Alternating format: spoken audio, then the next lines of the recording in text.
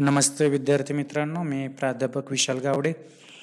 आज आपणासमोर बी ए भाग 3 मधील जे ऑनलाईन सेशन आहे त्याच्या या सत्रामध्ये मी आपलं स्वागत करतो. आता याच्यामध्ये आपल्याला या जगातील क्रांत्या किंवा क्रांत्यांचे युग याच्यामधला फ्रेंच राज्यक्रांती हा घटक पाहायचा आहे. या घटकामध्ये महत्त्वपूर्ण आहे, ही क्रांती खूप महत्त्वाची आहे. ही जरी फ्रान्समध्ये घडली असली तरी याचं पडसाद अख्ख्या जगावरती किंवा जगातील प्रत्येक राष्ट्रावरती झालेले दिसून येतात. आणि हा कालखंडच वेगळा होता. आणि ह्याच युरोपियन देशामध्ये जरी ही क्रांती झालेली असली तरी त्याचे पडसाद भारतामध्ये सुद्धा उमटलेले आहेत. ते कसे काय याचा आढावा आपण निश्चितच पुढच्या घटकामध्ये पाहणार आहोत. फ्रेंच राज्यक्रांती 1789ला झाली. त्यानंतर आणि त्याच्या अगोदरच्या पार्श्वभूमींचा आढावा आपल्याला याच्यामध्ये घ्यायचा आहे. याच्यामध्ये प्रामुख्याने फ्रेंच राज्यक्रांतीची कारणे, वाटचाल आणि परिणाम या 3 घटकांच्या अनुषंगाने आपण हा टॉपिक पाहणार आहोत. याच्यामध्ये प्रामुख्याने आपल्याला फ्रान्सची ओळख करून घेणं खूप गरजेचं आहे. फ्रान्स प्राचीन नाव गॉल असं होतं. युरोप खंडातील अतिशय प्रमुख असा देश होता हा.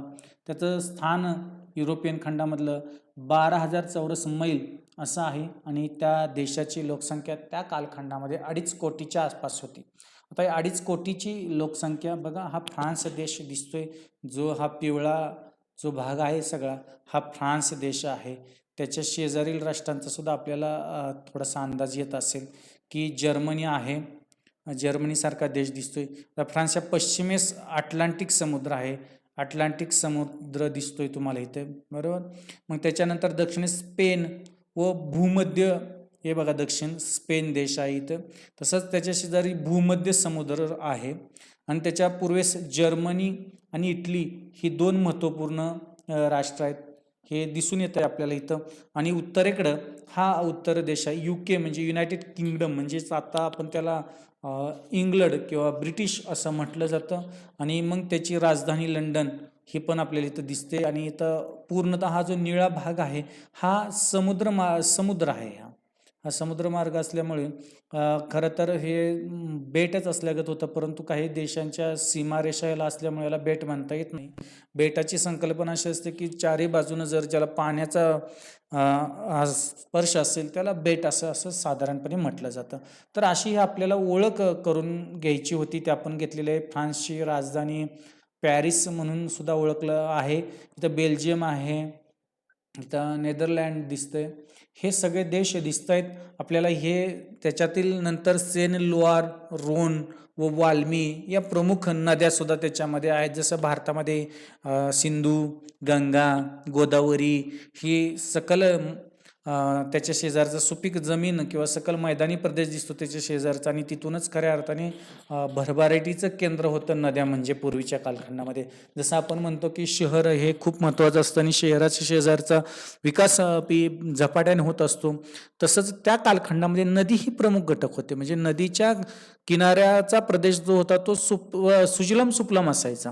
आणि मग त्याच्यामुळे काय व्हायचं, ती शेतीचा विकास झपाट्याने व्हायचा. आणि एक शेतीचा विकास झाल्यामुळे उत्पादनामध्ये प्रचंड वाढ व्हायची. आणि उत्पादनामध्ये वाढ झाल्यानंतर एक व्यापार वाणिज्याला मोठ्या प्रमाणामध्ये चालना भेटत होती. आणि मग अशाच कालखंडामध्ये तिथे मोठमोठी बंदरे पण होती. वेगवेगळ्या देशांशी, खंडांशी त्यांचा व्यापार सुद्धा चालायचा. आणि त्यांनी ज्यावेळेस ब्रिटिश ईस्ट इंडिया कंपनी किंवा फ्रेंचची सुद्धा ईस्ट इंडिया कंपनी भारतामध्ये आलेली दिसून येते. त्यांच्या वखारी सुद्धा भारतामध्ये स्थापन केलेल्या आहेत. म्हणजे आपण ज्यावेळेस मागासलेले होतो तेव्हा ते पुढारलेले होते. आणि पुढारलेल्या देशातून ते काय केलेले होते, मागासलेल्या देशांमध्ये व्यापार करत होते.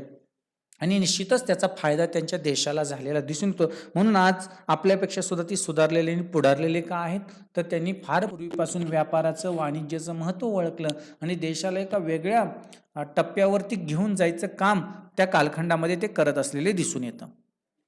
आता याच्यामध्ये आपल्याला प्रमुख ओळख झालेली दिसून येते. हा युरोप खंडातील देश आहे. हे आपल्याला समजलं आणि त्याच्या शेजारील देशांचा सुद्धा आढावा आपण याच्यामध्ये घेतलेला आहे. जर्मनी, इटली असेल हे देश किंवा इंग्लंड असेल हे खूप महत्त्वपूर्ण आणि मोठे देश त्यांचा शेजारी असलेले दिसून येतात. म्हणजे इंग्लंडनं जसं जगावरती राज्य केलं तसंच फ्रान्सवरती सुद्धा काही काळापुरतं केलेलंही दिसून येतं. अमेरिकेवरती राज्य केलं, भारतावरती राज्य केलं. तेच हा छोटासा देश जो दिसतो तो UK म्हणजेच युनायटेड किंगडम केला, ब्रिटन असं सुद्धा म्हटलं जातं. असे हे देश असलेले दिसून येतात. मग आता फ्रान्सच्या अनुषंगाने जर आपल्याला याचा अभ्यास करायचा असेल तर फ्रान्सच्या अनुषंगाने फ्रान्स हा सुद्धा आपल्यासारखाच प्राचीन कालखंडातून अवस्थेतून पुढे गेलेला देश आहे. प्राचीन मध्ययुगीन कालखंड त्यांनीही पाहिलेला आहे. प्राचीन कालखंडामध्ये टोळ्यांचं राज्य सुद्धा त्यांच्या तिथं होतं आणि टोळ्यांनी सुद्धा काय केलं होतं, फ्रान्समध्ये राज्य केलं होतं. टोळ्यानंतर सरंजामशाही आली, राजेशाही आली आणि ती कशा पद्धतीने आली आणि त्याच कालखंडामध्ये जी काही सरंजामशाही होती ती सुद्धा अतिशय महत्त्वपूर्ण होती, जिनं खूप मोठ्या प्रमाणामध्ये विकास करण्याची भूमिका घेतलेली दिसून येते. आणि नंतर त्यांच्या दृष्टिकोनातून तो विकास, परंतु सरंजामशाही राज्य ही सामान्य जनतेसाठी अन्याय आणि अत्याचार करणारीच राष्ट्र होती. त्याच्यानंतर एक शार्लमेन नावाचा राजा ह्या फ्रान्सच्या राजवटीमध्ये होऊन गेला. त्यांनी खऱ्या अर्थाने एक चांगलं ओळख करून देण्याचे काम फ्रान्सची जगामध्ये केलेली दिसून येते किंवा फ्रान्सला स्थैर्य, राजकीय स्थैर्य प्राप्त करून देण्याचं काम त्यांनी केलं. त्याच्यानंतर खूप म्हणजे एक 9व्या शतकामध्ये 10व्या शतकामध्ये ख्रिश्चन आणि इस्लाम धर्माचा सुद्धा इथं खूप मोठ्या प्रमाणामध्ये प्रसार झाला. क्रुसेड्स व धर्म सुधारणाही झाल्या. हा जरा काळ अस्थिरतेचा कालखंड मानला जातो. परंतु या कालखंडामध्ये, अशा अस्थिर कालखंडामध्ये एक फ्रान्समध्ये एक राजघराणं होतं बुर्बॉन नावाचं. त्या बुर्बॉन नावाच्या राजघराण्याने फ्रान्सला एका वैभवशाली पथावरती न्यायचं काम सुद्धा त्या कालखंडामध्ये केलेलं दिसून येतं. ह्या बुर्बॉन घराण्याच्या कालखंडामध्ये त्याला एक सुवर्णयुगाचा कालखंड म्हटला जातो यांच्या घराण्याला. मग त्यांनी व्यापार उद्योगाचा विकास केला, शैक्षणिक प्रगती केली, धार्मिक सुधारणा केल्या, सांस्कृतिक उन्नती केली, परदेशीय वसाहतींची निर्मिती केली. म्हणजे अशा पद्धतीनं काय केलेलं होतं की त्या कालखंडामध्ये बुर्बॉन घराणं हे फ्रान्समध्ये खूप महत्त्वपूर्ण असलेलं दिसून येतं.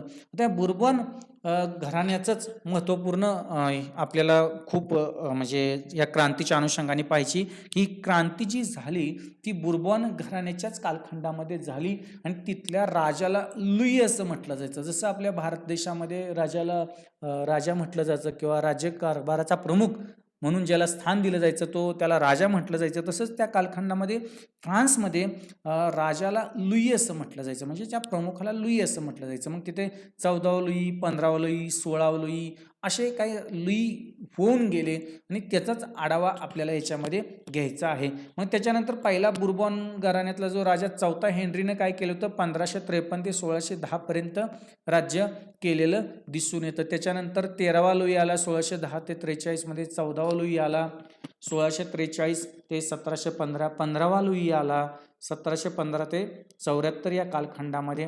मग अशा पद्धतीनं काय झालेलं आहे की फ्रान्सला जरासं युरोपियन देशांमध्ये खूप विजय मिळवून देण्याचं काम या कालखंडामध्ये लुईंनी केलेलं दिसून येतं. मग तिथे सुद्धा जी धर्मसुधारणा चळवळ झाली, प्रोटेस्टंट धर्मसुधारणा चळवळीचा पडसाद किंवा परिणाम तिथे सुद्धा झालेले दिसून येतात.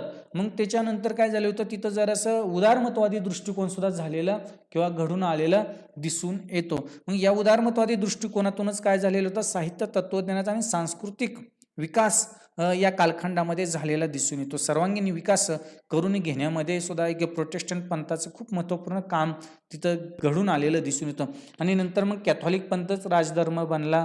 काही अधिकारांची पायमल्ली सुद्धा झालेली दिसून येते आणि राजेशाही जरा केंद्रीकृत झाली आणि अनियंत्रित झालेली सुद्धा दिसून येते. मग या कालखंडामध्ये एक अनियंत्रित राजेशाही निर्माण झाली असं आपल्याला दिसून येतं. त्याच्यासाठी 15वा 16 लुईची कारकीर्द खूप महत्त्वाची आहे. आता 14वा लुई खूप महत्त्वपूर्ण होता याच्यामध्ये. या 14व्या लुईचाच आपल्याला इथं आढावा घ्यायचा आहे. हा जो 14वा लुई होता तो अत्यंत महत्त्वाकांक्षी, जुलमी व खर्चिक होता. उमराव धर्मगुरूंच्या विशेष हक्कांना मुरड घालून त्याने सत्तेचे अमर्यादित केंद्रीकरण केलेलं होतं. त्याच्याकडे अमाप पैसा होता, जनतेवरती असंख्य बोजड कर लावले आणि याच्याच कालखंडामध्ये व्हर्साय जो नावाचा खूप महत्त्वपूर्ण आणि खूप सुंदर असा राजवाडा बांधण्याचं काम सुद्धा त्याने केलेलं दिसून येतं. राजाने विलासी व खर्चिक जीवन व्यतीत करून जनकल्याणाकडे पाठ फिरवलेली दिसून येते. म्हणजे त्या कालखंडामध्ये त्याचं एक वाक्य होतं, आय एम द स्टेट, म्हणजे मीच राज्य, मीच राजा म्हणजेच राज्य. याच्या उद्गारातून एक अहंकार आणि अत्याचाराची भावना दिसून यायची. मग ही खऱ्या अर्थाने फ्रेंच जनतेची दुर्दशा घडवून आणायचं काम किंवा फ्रेंच जनतेची दुर्दशा घडण्याचं महत्त्वपूर्ण कारण आहे.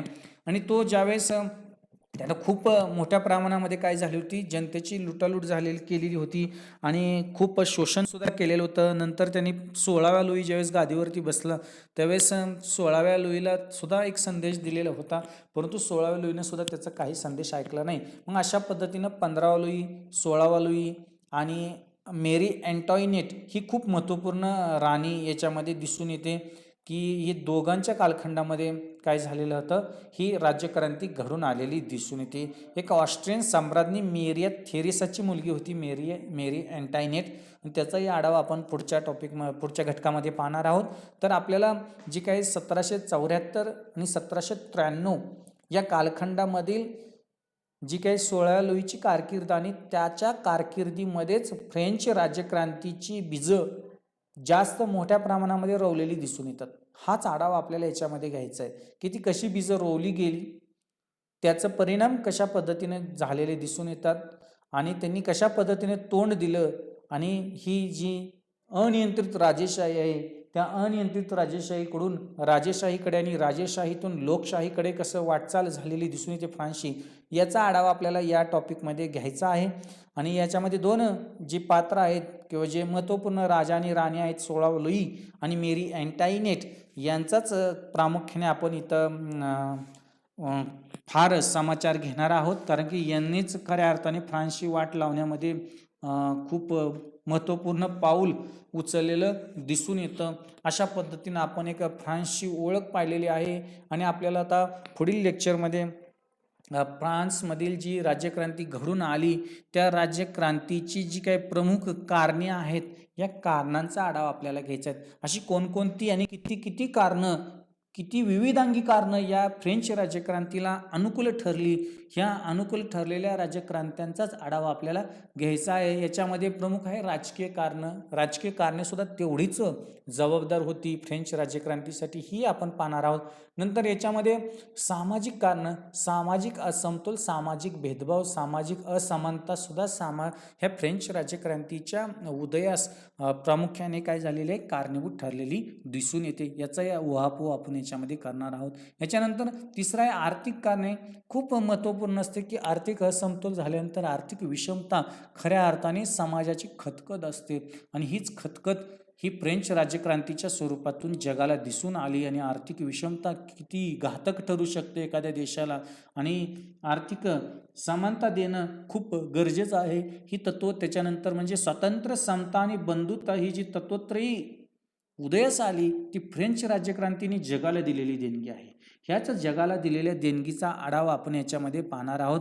आणि नंतर वैचारिक कारणं आहेत. कोणतीही क्रांती घडून यायची असेल तर त्या क्रांतीला आवश्यक असणारा ब्रेन किंवा एक वैचारिक किंवा थिंक टँक म्हटलं जातं, तो थिंक टँक अतिशय सुयोग्य मार्गाने देणं हे खऱ्या अर्थाने फ्रेंच राज्यक्रांतीचं यश आहे. व्हॉल्टेर असेल, रुसो असेल, डिडोर असेल, जी काही लोक घडून गेली, यांनी खऱ्या अर्थाने राज्य व्यवस्थेची काय झालेले आहेत की जे काही दुर्गुण आहेत ते जनतेपुढं दाखवायचं काम अतिशय योग्य पद्धतीनं केलेलं दिसून येतं.